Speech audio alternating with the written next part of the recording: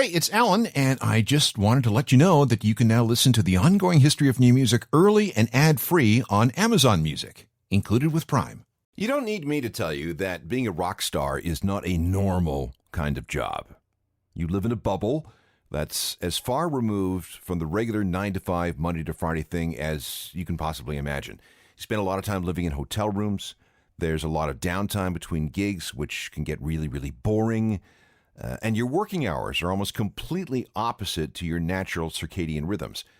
A lot of people end up coping with bad food and drugs and alcohol and all kinds of self-destructive behavior. Anything to alleviate the boredom or the pain or the loneliness or the insecurities.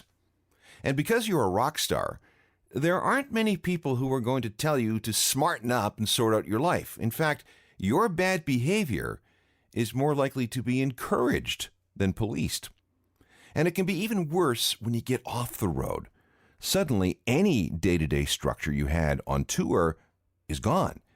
All that's left is you and your house with your bad habits. I bring all this up because this is where we're going to pick up the story of Deryck Whibley and Sum 41. The band burned very hot and very bright from 1996 through to 2005. But then, finally, something had to give, and it got real scary. This is the Sum 41 story, according to frontman Deryck Whibley, Part 2. This is the Ongoing History of New Music podcast with Alan Cross. Think before you make up your mind. You don't seem to realize I could do this on my own. And if I fall, I'll take it all. It's so Sum 41 from the third album Chuck, released in the fall of 2004. Hello again, I'm Alan Cross, and this is the second part of a conversation with frontman Deryck Whibley on the career of Sum 41. Again, he's been the only constant in the group. He's the frontman, the guitarist, the chief songwriter. He is, in essence, the band. At the end of part 1, we got to the point where Deryck was physically breaking down. His back was betraying him, and there was a lot of pain and a lot of canceled shows.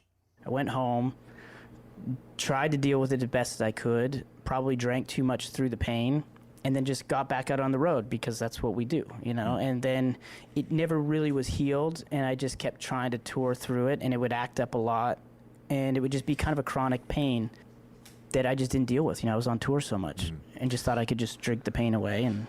But the show had to go on. Deryck was repaired as best as possible, and it was back into the fight. Then came a lineup change. Lead guitarist Dave Brownsound quit. It all came down to an argument over musical direction. Deryck wanted to evolve into a more artistic pop-punk style, while Dave preferred the idea of a metal direction. And Dave Backish was gone. He left to focus on his own group, Brown Brigade, so Sum 41 was down to just a trio. Meanwhile, Deryck had run into some kind of paranoid writer's block.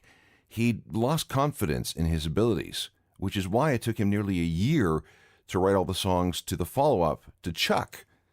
There was also the issue of who would produce the record. Deryck didn't want to do it, but they couldn't find anybody else, so in the end, the work fell to him. Deryck spent a lot of time working alone on the music. The rest of the band had no idea what he was working on until he presented the songs. There was a different sound to this record, too. Deryck added piano and keyboards. What some fans ended up with was a semi-concept record that can be loosely described as encompassing Deryck's outlook on life, including several that he admits being about his relationship with Avril Lavigne, to whom he was married. Then there's this track, which draws from Deryck's childhood, including the father he never met. It's called Walking Disaster. And now I've been gone for so long, I can't remember who was wrong. All innocence is long gone. I pledge allegiance to Walking Disaster, one of the 3 official singles from the 4th Sum 41 album, Underclass Hero. Now, note the title. This is a direct nod to John Lennon and his 1970 song, Working Class Hero. John remains a big songwriting inspiration for Deryck, which means that this might be a good time to play the title track because it too was a single. because we're too in fight, and we don't need to be told.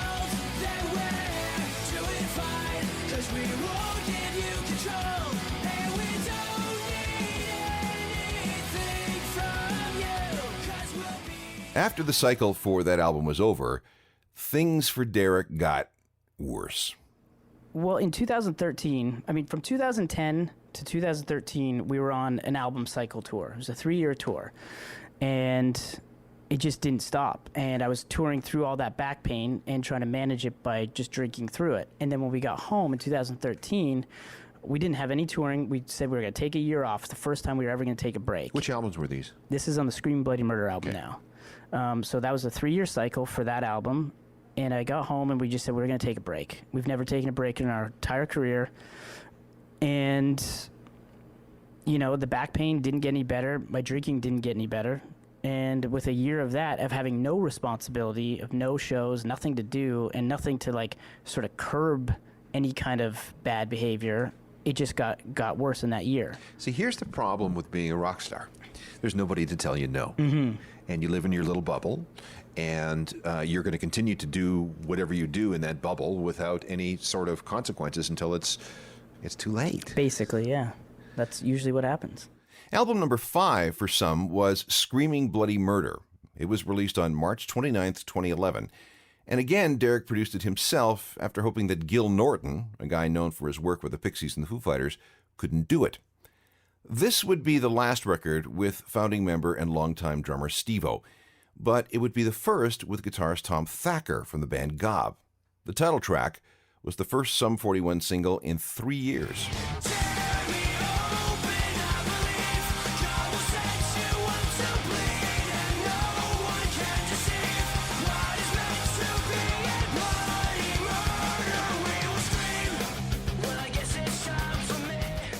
Even with all the drama surrounding Sum 41, a song called Blood in My Eyes from the Screaming Bloody Murder album was nominated for a Best Hard Rock Metal Performance Grammy, but they lost to the Foo Fighters.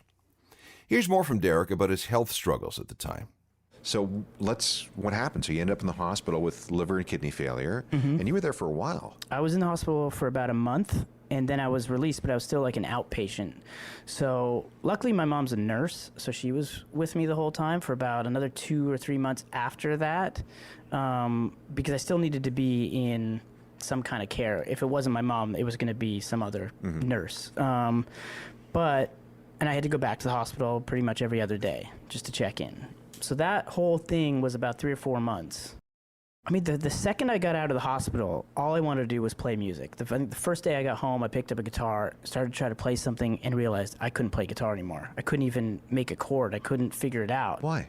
Everything was just gone. Everything felt like I was starting from zero for everything. I was having a hard time making complete sentences. Like, I couldn't remember, I couldn't spell right, you know, like nothing was working. That's scary. It was very scary, yeah. So how long did that period last? That lasted for a few months, like while I was in that sort of like outpatient sort of care. And then it slowly starts to come back. But I was, you know, I just kind of worked at it. I don't know how it works normally with most people, but I just worked on it every single day. Whatever I had to do to get better, I did that. You know, I had to do physio to start walking again because I couldn't walk. I've been laying down for so long, all the muscle atrophy, and you know, there's just nothing worked. So you just got to work on all of it to get it back. When did you finally really get back to work? I would say, so I came into the hospital in May, and I had a couple months. This is 2014? 2014. I would say by November of 2014, I was starting to write music again and felt like I could kind of walk around okay, and it was getting better. And I remember I started going to some concerts around there that time just to kind of get myself back in that world. You know, I was going to see Aerosmith. I went to see Fleetwood Mac and a few things like that just to kind of get out. And the only thing I wanted to do was go to a concert, though. You didn't want to play? Well, I wanted to play, but I was so far away from playing. There was no way I could play. Yeah, I couldn't perform at all. One of the songs that came out of this period was Fake My Own Death. The album was 13 voices. You've got to take me away, 'cause I wanna see something that's real. Help me escape, 'cause I wanna be. Fake My Own Death from the 6th Sum 41 album, 13 Voices, a record that saw them head out on the Warped Tour in 2016. In the time that Sum 41 had been around, the music industry and music audiences had changed. And that's where we'll pick things up in just a second. This is the second half of a program where Sum 41 frontman Deryck Whibley tells the story of the band from his perspective. We're up to the 13 Voices album. And by this time, many, many, many things had changed for the band.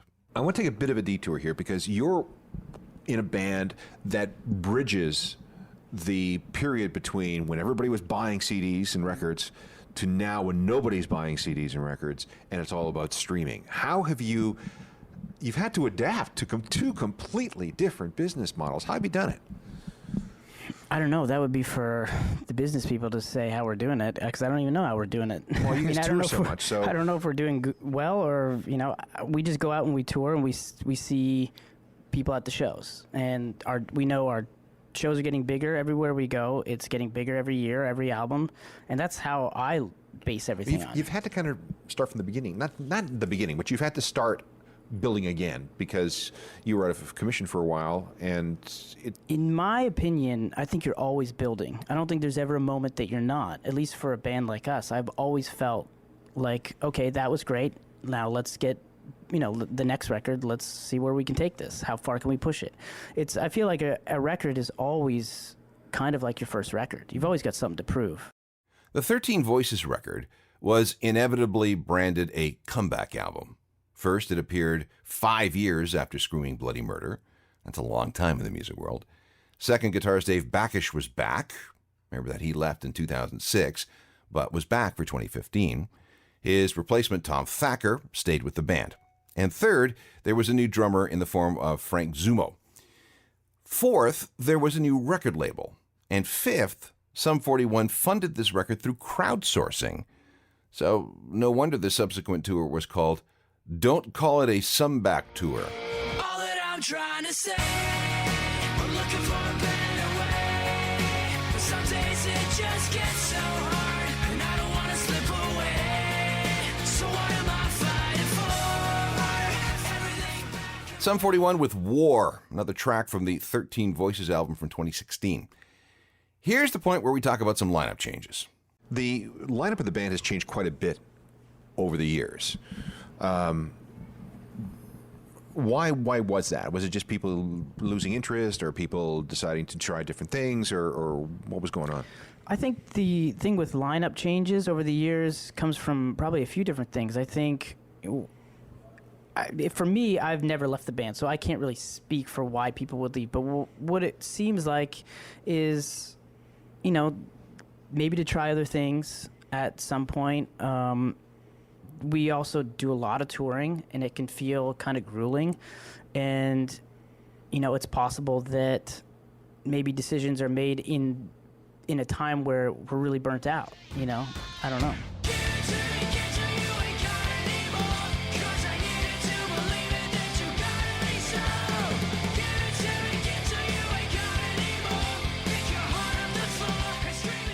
Another one from the 2016 album from Sum 41 called 13 Voices. That's God Save Us All, Death to Pop. Still more from Deryck Whibley, including his songwriting process, and Sum 41 in the age of Trump. This is the final stretch of my conversation with Deryck Whibley and the story of Sum 41. Deryck has figured in on 100% of all Sum 41 songs. Sometimes there's a co-writing credit, but I don't think there's ever been a Sum song of which Deryck hasn't had a part. We talked about songwriting. What's your songwriting process? Songwriting process for me is kind of how it's always been, where I just pick up a guitar or I sit at a piano and I just start playing. And whatever comes out, comes out. Now, when I pick up a guitar, I have it coming through an amp and it's on stun, it's up loud, and I start playing stuff and usually come up with a riff first, and that kind of dictates the sort of style of song that it's going to be to me. Once I have that riff, that's what the song is, and if it makes me feel like I want to jump around or move and be like what I'm like on stage, then I feel like I've got something. When you present the song to the rest of the band, how does that work?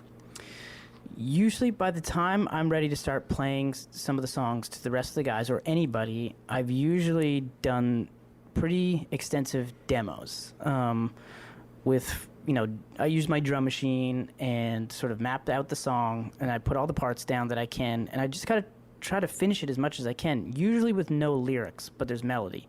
So I'm kind of singing a lot of gibberish.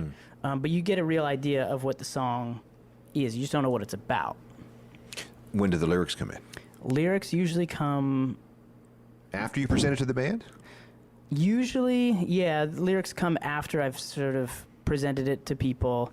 I really kind of procrastinate on lyrics. It's usually the last thing I do. A lot of times lyrics are coming while we've actually recorded the songs. Do you keep a notebook with lyrical fragments in it, or? Yeah, I mean, I'm always kind of jotting down little things, and usually a lot of those things become song titles or some kind of phrase or something like that. I do get a lot of little things. I don't really get a lot of, lyrics of full lines and stuff like that until I have a melody. Over my head was something I said, completely misread. I'm better off dead. And now I can't see how big you can be. Hypocrisy's beginning to get to. This came long before those who suffer. There's a live version of Over My Head, originally from the Does This Look Infected record, recorded in London, Ontario in April of 2005. The seventh Sum 41 album was 2019's Order in Decline. It's the first Sum album in the age of Trump, and naturally, that came up in the conversation. You're now on record number what? 7. 7. And this is a record that it's your first in the age of Trump. Yes. How much of this record is Trumpian? A reaction to what you see in LA? I think that's definitely... I think it's open to interpretation, because to me, I felt like I was writing about just how I feel about things and sort of my observations, and I feel like it's kind of vague to me. But then I hear other people say, "Oh man, you're really singing about Trump there." I'm like, "Well, I didn't even know you would get that from that." But I guess there's some. We have a song called 45, which is about him in a way, but not. I mean, to me, it's about me. It's about my feelings, about my anger, my frustrations and stuff like that. It's more saying, you're just not my kind of guy. But I'm not really, it's not like a Rage Against the Machine song. I'm not really calling out specifics or policies and stuff like that, or trying to change other people's opinions. Are you feeling or seeing music getting harder, more angry over the last couple of years? I honestly don't pay attention to too much of what's going on musically. Mostly because we're either always on tour or we're in the studio, and in the studio I definitely don't like to know what's going on because I just want to focus on writing music. I don't know, what I find, if I notice anything, I feel like a lot of bands that were rock bands have gone another way, have gone a lot lighter, a lot more pop, trying to be a little bit more mainstream, which is totally fine. It doesn't, I don't feel like that works for us, but I've seen some bands go that way, and they do have success. So, all the power to them. If you can do it and you're comfortable with that sound, then, go for it. But I don't find people going darker or heavier. Here's that song called 45. Not about Trump, apparently.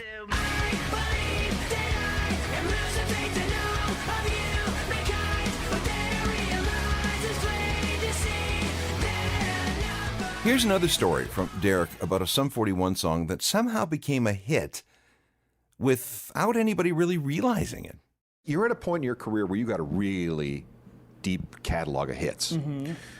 What songs do you like to play the most, and what songs are the ones that garner the most reaction? It's funny with the songs that get the most reaction because it changes over time. I was always surprised. We had this song called With Me, and it was a ballad, and we never really thought much of it. It kind of took on a life of its own. And I remember about a year after that song had come out, and it was on a record that we'd already moved on from that record. We already did the touring. The cycle was over. We were moving on, thinking about a new record, and that song started getting onto the iTunes chart, and it was top 10, and then it stayed there for weeks and weeks and weeks for no reason. Didn't know why. And we never played it. We never did anything. We went out on tour. We never thought of that song. 10 years later, we just decided to play the song for fun one day, thinking nobody knows this song, but let's just play it. We were somewhere in Europe.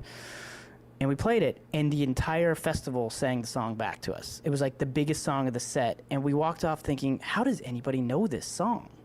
We never released it or anything as a single. You know, it just, I mean, we made a video for it, but it never got service to radio or anything like that. And when I went and looked at YouTube, it had, you know, huge numbers, kind of like the same as Fat Lip numbers, and I just could never understand it. See, that's the wild thing about today's digital environment. You have even less control of where your songs go and how what kind of life of their own they take on. Yeah. And it's really cool that this song, which you had moved on from, 10 years later, we found out that people knew it. it was a hit. It was a hit. Yeah. Without the usual ways of making hits. Exactly. And I've always heard about that from other bands, you know, like especially bands from, say, late 60s or 70s, and you'll say, well, that song was never even released, or it wasn't a very big single, or whatever it was. And to have one of those now of our own, I see how it can happen. Maybe it got onto some influential playlist. It was in a movie soundtrack or somebody somewhere. And you said they got the big reaction in Europe? Yeah, all over the world. Who knows? It's really bizarre. That's really wonderful. In front of your eyes, it falls from the skies when you don't know what you're looking to find. In front of your eyes, it falls from the skies when you just... I hope you enjoyed this look back on the career of Sum 41 as told by frontman Deryck Whibley. This band has been responsible for tons of hits, somewhere north of 10 million records. Not bad for a bunch of suburban brats who decided to form a band during summer vacation back in the 1990s. If you want both of these shows, parts 1 and 2, they're available as podcasts. Get everything from Apple Podcasts, Spotify, and everywhere else that offers on-demand audio. There are hundreds of these things, and they are all 100% free. Binging is encouraged. I have a website you might want to check out. It's a journalofmusicalthings.com. I update it every single day. It's a bit of an OCD thing for me. And if you want reminders of what's on the site on any given day, subscribe to the newsletter. It's free too. Think of it as a music news bulletin right to your inbox. I'm also on Facebook, Twitter, and Instagram. Give me a follow if you think that's wise. And if you need some email attention, I'm available at alan@alancross.ca. Thanks for Deryck for being such a good guy about this interview. Technical productions by Rob Johnston. Talk to you next time. I'm Alan Cross. You've been listening to the Ongoing History of New Music podcast with Alan Cross. Subscribe to the podcast through iTunes, Google Play, Stitcher, Spotify, and everywhere you find your favorite podcasts.